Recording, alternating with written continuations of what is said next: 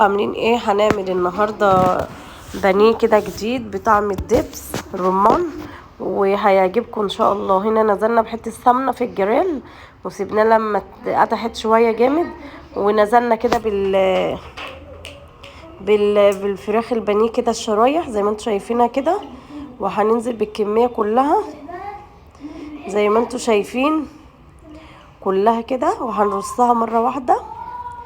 وبعدين بنتبلها كده بشويه فلفل اسود وشويه بهارات، شويه بابريكا، وبنبدأ بقى نقلبها على الوشين لحد ما بتاخد اللون الذهبي الحلو بتاعها دوت زي ما انتم شايفين كده.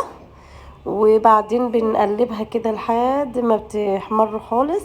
وبعدين معانا معلقة من دبس الرمان هننزل بيها مع ربع كوباية من المية،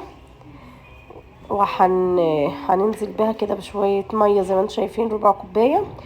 وبنبدأ بقى نسيبها لحد ما بتتشرب من دبس الرمان كده عشان تاخد الطعم وبتاخد اللون الحلو بتاعنا دوت زي ما انتم شايفين.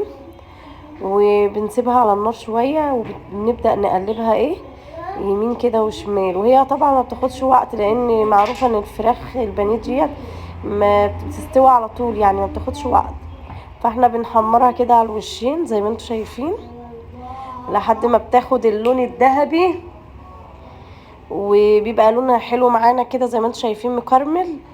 وبنبدأ بقى عشان نطفي النار عليها وبنقدمها بقى في الطبق زي ما انتم شايفين كده، بيبقى ده لونها وشكلها. وبنزوقها بشوية شبت، وبنعمل جنبها شوية شعرية كده مع اي صوص انت عايزاه. ويا رب ما تنسيني في الاشتراك ولا في اللايك. باي باي.